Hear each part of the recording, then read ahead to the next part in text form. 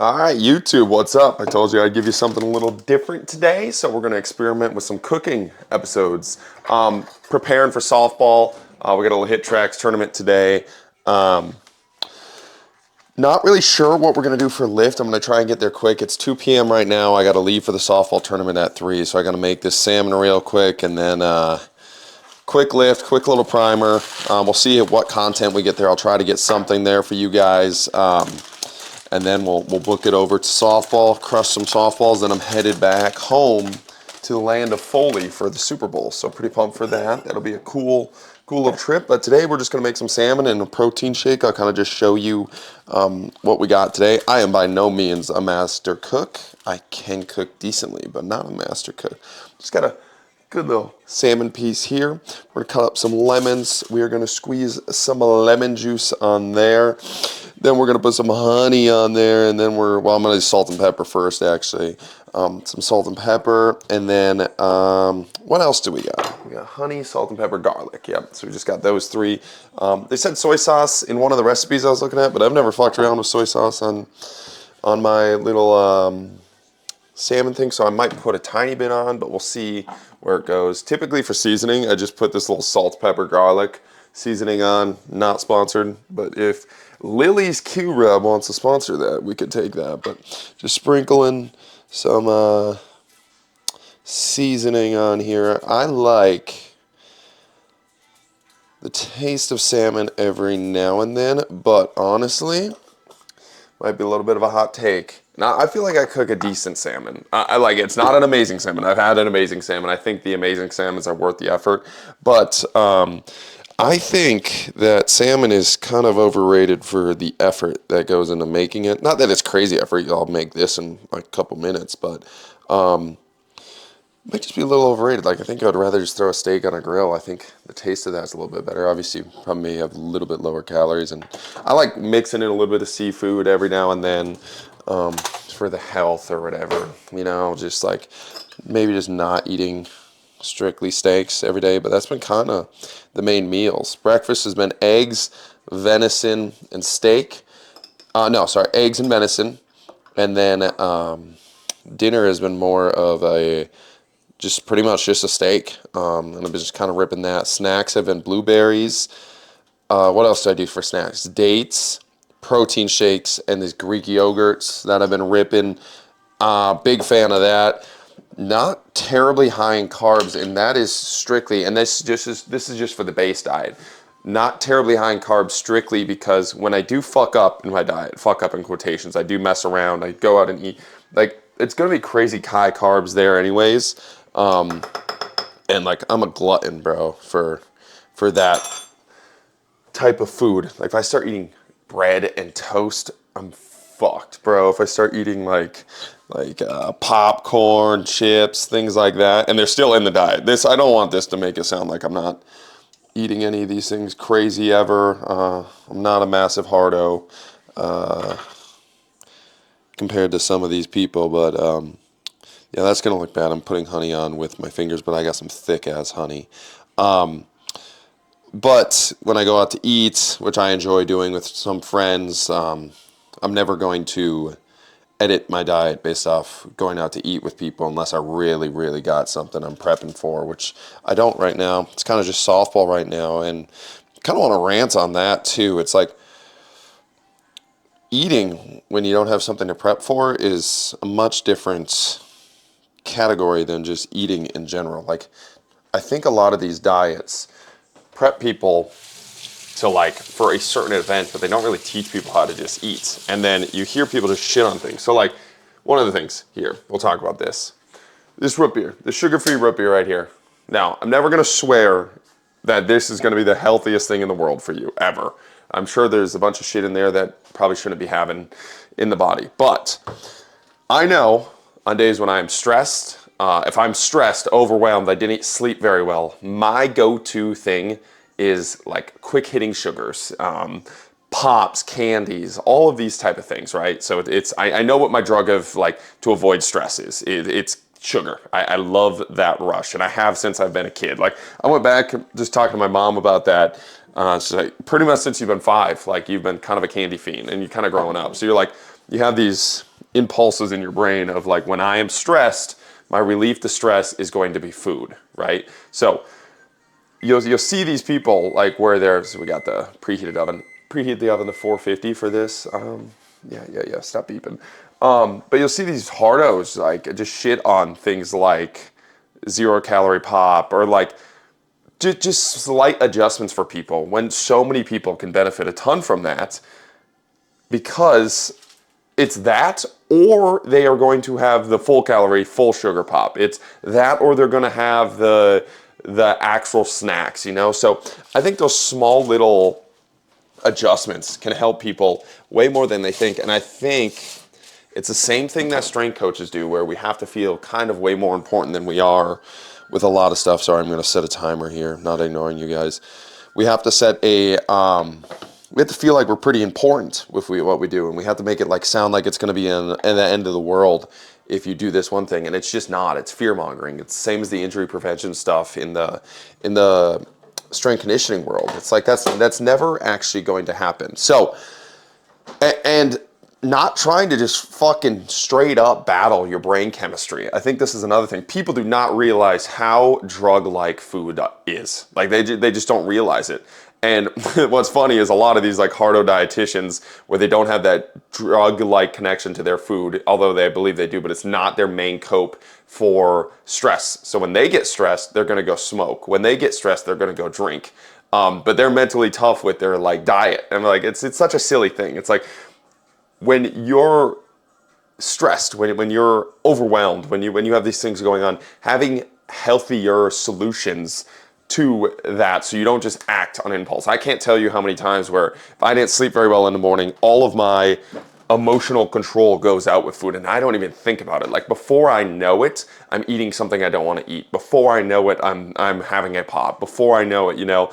And so having healthy solutions on hand is so much better. I think we talked about it in a video past, but it's like doing something healthy first, having a substitution first, having something on hand so when your brain does go into those autopilot modes that you can have that pause and you can do the 0 sugar, 0 calorie soda instead of the full sugar 10 calorie soda. I'm trying to think of other examples of this. It's like even like healthier snacks, like the lower calorie snacks, the 0 sugar candy. Like again, none of these things are you're going to build your diet around them. But if you know, and this is again working with your own brain chemistry, working with your own environment, working with your own food environment, if you know when I have these days, this is how I react, and I'm working on how I react, and I'm working on not having more of those days, but I know those days are going to pop up, rather than just ignoring that and pretending like, well, I'm just, and this is what people do. They go all or nothing in their diet, right? So they go, oh, I'm never going to eat bad food again. I'm just going to clear out everything, and it's just going to be good. And then it lasts for one day. I've seen it. I mean, I see it so often. That's one day, 1 week, but it's never anything consistent. It's never anything realistic. It's never anything actually based around their lifestyle. And then it lasts for that singular day, and the next day they're back on their like they cleared out all of their food in their fridge, all of their food in their cabinets, and now that they have to order DoorDash, you know. So instead of just having a healthier solution to treat yourself with, you have to go DoorDash. You have to go full glutton to appease that side of you that needs that drug-like effect. And I think just having that understanding of like what food is to you, your relationship with food, same with drugs and alcohol as well, like understand why you're using the things. But I think drugs and alcohol, it's much easier to talk about with people because it's like, well, yeah, it's drugs and alcohol. Like you shouldn't have a bad relationship. But then food, we never talk about it. It's never talked about like, oh, what's your relationship with food? Are you eating with people? Do you enjoy the food that you're making? Do you take the time to like have the food that you're making? Are you eating for performance? Are you eating for fuel? Do you have some sort of understanding of why you're eating? Are you eating emotionally here? And then not shaming yourself when you're eating emotionally too, but understanding like, oh, I had a stressful day. My stress response is emotional food. And I know people that have replaced drugs with food, you know, like where it used to be, they would stress out and then go smoke. Now they're going to stress out and they're going to go eat. And if you can't piece together a lot of these own individual aspects of your diet, I think that's where you find into you fall in kind of our disconnected world of food, which we have currently. It's like calories, macros, like tracking everything. We robotize and we don't understand like our emotional connection to it. I'm trying to like make a good example there, but it's almost like tracking the calorie or like tracking the amount that you smoke every time. You know, it's just kind of like a weird like way to roboticize one of the main things. Like we need to eat, we need to drink, and we need to have sex as like our primal needs as humans. Like those are the like three, and maybe talk to people, you know, but like have human relationships, eat food, drink water. Those are our three things. And we just pretend like if we just track our macros, we just do our calories, it's going to work out. Man, it seems like a silly connection, and I feel like the same that we do with movement, where we disconnect movement. We start tracking movement, where calories in versus calorie burn. We track how many miles we do on the treadmill, track how many minutes we work out, we track how many sets we do. It's like, of course you don't like working out, bro. It's fucking, like, that's a terrible way to work out. That is not fun. You are not connected to your workout there. Same with your diet. Like, you're tracking, oh, I'm eating this for this many calories and that many protein. I need to get that much protein in. It's like, for most people, that's just not a very good long-term solution. Again, if you're prepping for something, again, that's your why. Like, you're prepping for something, you have an athletic event, you need to put on weight, you need to lose weight for certain things. That's your why. Then you have a relationship with food. You understand why you're eating that food. I'm not trying to shame that aspect of it either. It's just, if your reasoning is just, I want to feel better, move better, like maybe look a little bit better, and I want to have a long-term relationship and long-term solution to how I eat food, how I cook food, I don't think the solution is roboticizing everything. So, yeah, cooking this salmon, I don't know how interesting that part was. I kind of just rushed through that. Probably was a little, I don't want to say nervous, but I don't really know how to, it's not really like I'm an amazing cook, but it tastes good, and that's all that kind of matters. So work a little protein shake here. My protein shake, I just do, okay. Oh, I might get a lot of hate. Like I could be an environmentalist all I want, like, hey, go planet, support, but if they take away my Fairlife, because if I watch a documentary, I get it's terrible, but oh my God, bro. The Fairlife milk, so freaking good. Like Fairlife chocolate milk specifically, you can't beat it. And I think that's probably a good like you can become uncancelable if you just have a good enough product. That's probably super cancelable in and of itself. I don't totally agree with it. It's more of a joke for the super serious people out there, but I'm just saying their milk is fucking bomb. It's a totally different level of milk. So, if you mix water with your protein shakes, I don't really trust you as a person, right? You know, like you have the option to put milk, maybe if you're like lactose intolerant, but yeah, I don't know if I really fully trust you as a person when you have the option to throw milk in your protein shakes and instead you put water in there. It's just, I don't know about that. It just doesn't taste as good. So I'm just going to throw some milk in here. I've been throwing some collagen in. So I don't even know what brand that is, but just got some collagen. Throw that in there. So I'll throw some milk here. I've really been enjoying the collagen for, really noticed like my skin's much better, my hair is much better, and my nails always grow really, really fast. Like my fingernails and my toenails, like they grow insanely fast. They always have. It's kind of weird. But if I'm on collagen, bro, like yesterday, I cut my fingernails on, I think it was like Wednesday, didn't cut them on Thursday, and like by Friday, they're like way too long. I looked at them, I was like, what in the fuck is going on there? And I really think it's the collagen. Like I noticed a significant difference there with the collagen. So I'll throw some collagen in there, then I'll throw 30 grams of this ice, I don't even know what this is, but usually I go grass-fed protein, but these guys, they had the Cocoa Pebble like protein shake and Fruity Pebble. This is the all-time one. I kind of saved this one as the go-to one, but it's Fruity Pebble. Where is this at? Oh my God, bro, the flavor masters of that one killed it. So I'll usually throw some of this in here. So we'll throw 30 grams of protein in here with the collagen. Like a true meathead, you can't count your collagen protein as your protein intake. So we'll go here, that's 25. We'll go more than that. Just chuck that baby in there. Always throw a little bit of honey, especially in the morning when I'm working out. I'll throw just a little bit of honey in there. With this, oranges. I got oranges for snacks at softball. So just kind of showing some meal prep for what softball looks like since I'll be gone for like 7 hours. So I'll throw this in there. I'll typically save this for midday. I'll eat the salmon before I go, save the rest of it for the end of the softball tournament when I get back here.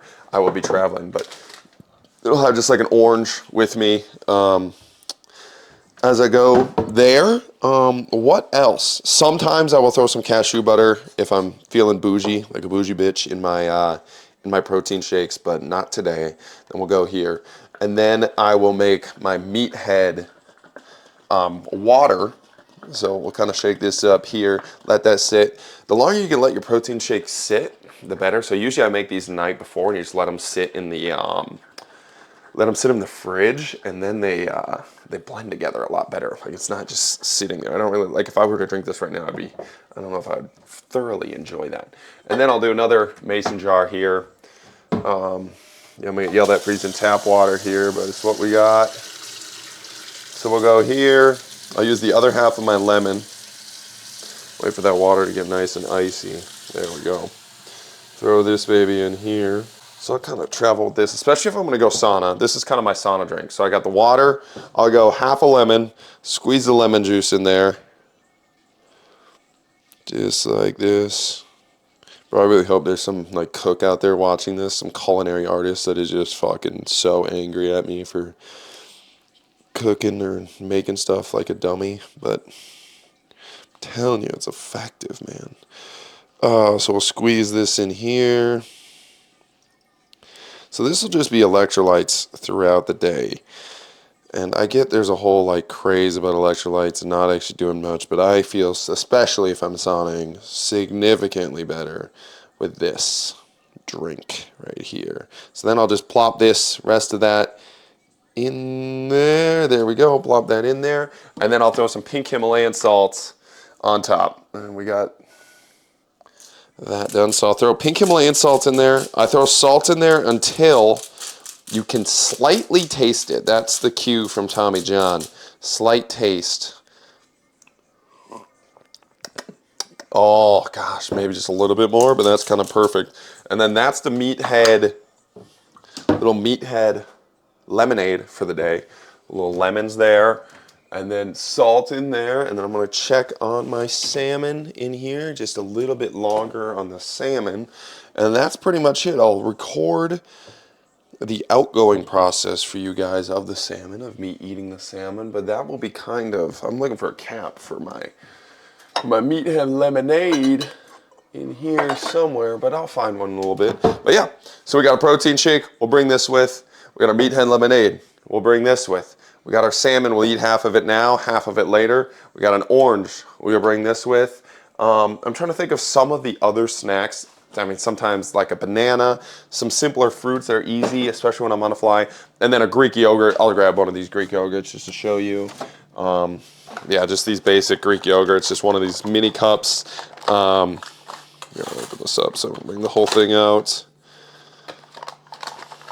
These babies, come on, there you go.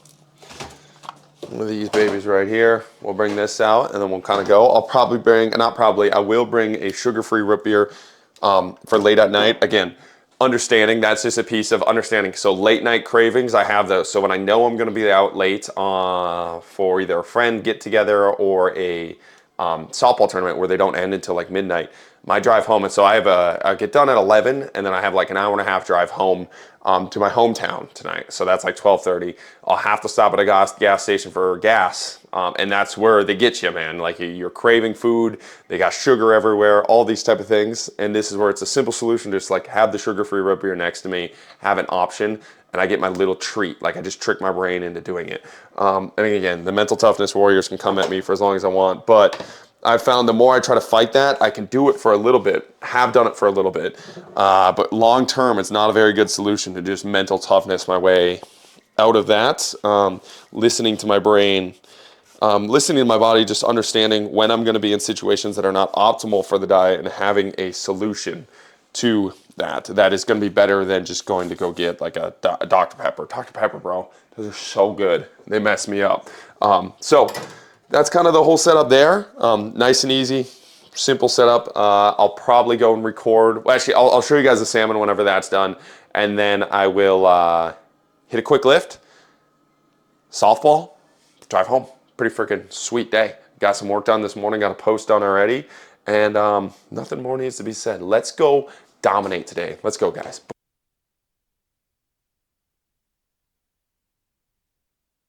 All right, so we got like 20 minutes here before game time, before we head over to the softball fields, softball cages. So we're gonna hit some drop catch squats and some bench press throws, and maybe spice in some other things, but we're just moving fast, moving quick, getting some things in before, getting a little bit of work done, microdose it, and then we'll go from there.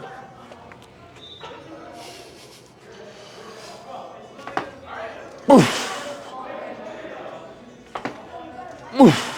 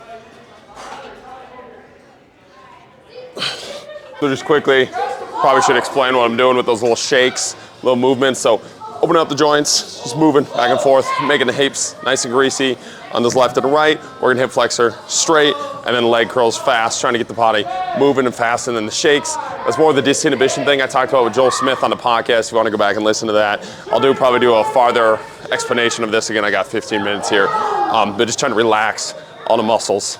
Let it shake, let it be nice and loosey-goosey. So when we're swinging, everything's just snappy rather than nice and tight. So I like doing those pre-game, keeps everything loose. They feel really good. So we hit 3 rounds this, 3 rounds of the shakes, 25 movements each of the shakes. So I'll do 4 rounds of that because I hit 100 of each. 3 rounds of these drop catch squats. That's probably not true, so I'm just gonna keep doing them until I can't, until I feel decently heavy, and then pair that with the throws. So basically until we're out of time. I don't even know why I said 3 rounds. That was never the truth.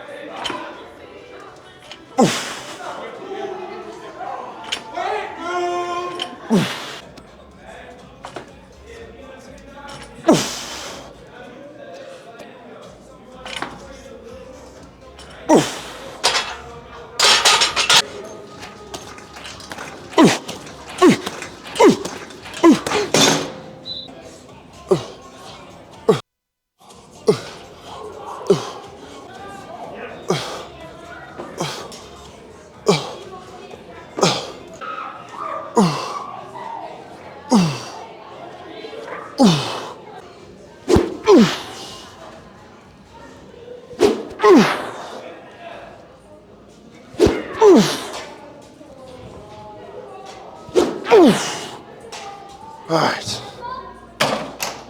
Oh, a little swing prep there.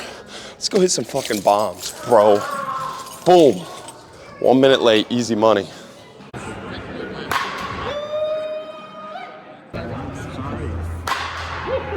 Filming his trash swings, you saw that. Good ball.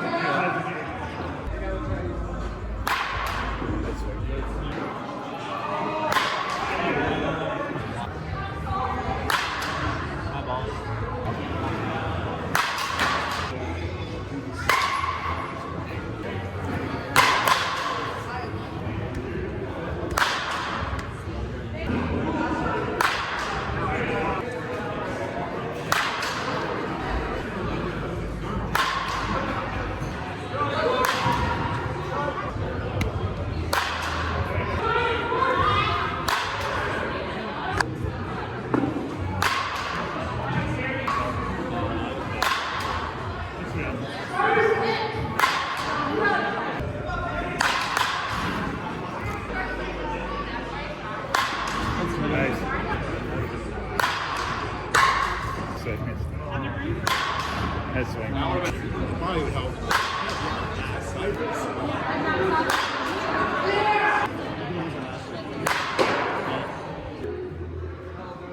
How was third pitch for that? YouTube, we have returned as failures. We did not perform up to our standards tonight at HitTrax, and Yoakum Strength did not leave with the victory for the first time in 7 HitTrax tournaments. Not good, not good. Going back to the drawing board. Body felt good today. The warm-ups that you guys saw, that was kind of fun. Just messing around with that. I got in there for 20 minutes. That was a nice little, just trying to move twitchy, get some reps in for a couple things, especially I'm not sure if I'm going to be able to lift tomorrow, or I guess today. It's 12:30 at night as I'm driving back home after the HitTrax defeat. So I'm not sure what tomorrow's video will look like because I'll be back home. So I might do a long form content tomorrow. Anyways, yeah, the warm up, everything was great leading up to HitTrax, and we just got off to a slow start. Average was like a 741 tonight, which is a solid tournament. That's it's a down from the baseline I've been setting the last couple weeks, which like I felt like trash this whole tournament. Like I was like, oh, I'm playing terrible, everything's bad. And then to see that the average is still probably the 3rd highest on the season was cool to see, just to see that the benchmark has been kind of broken for what I want to do. But the swing, and this is, again, probably a good part. It's not even about the results right now with a lot of things, because we have done so many reps. It's like, how does it feel? Like, what's the next level of that swing? Even if you're getting good hits, is it like the next level of perfection, which has been really cool for me. I don't think I've ever been, I don't want to say mastery, but that deep into a level of mastery of a skill in a long time, to where I actually felt the things that elite level athletes are talking about when they're feeling. And that's kind of like a little mini rant there. It's like, it's a different game. Like what I'm feeling with this swing and how I'm picking up on things is such a different game than anything else that I have done movement-wise in my life. And it gives you just a small glimpse into what the level these elite level athletes are at, to where they are making every shot, performing beautiful pass rush moves, but they feel that there's something more, there's a different step, there's another type of level they can reach, and everybody else on the outside would have been blessed to be on that level. So it's cool to just sniff that level of mastery in something, even as silly as slow pitch softball. It's nothing I've ever felt in throwing or in football. And throwing, it's very softball-like, where it's like the repetitions you can kind of do by yourself. It was just so many levels of mastery away from sniffing that like, it was so results oriented. It was just like, if I threw far, that was great, regardless of how it felt. And you hear some athletes talk about the feeling after rather than the result after. And anyways, that's kind of random rants I want to work on, and just what I felt at the tournament. It's like the results were solid, but the feeling, there's just something off. There's another level. There's something more there. So gonna dive deeper into that. I'm kind of pumped to edit the cooking stuff. I think I really want to get back into like the daily rants and not have it all tied into lifting. Like, one of the things that I realized is like, the YouTube allowed me a little escape from the Instagram, where it's kind of like you have to have kind of the same like form of content.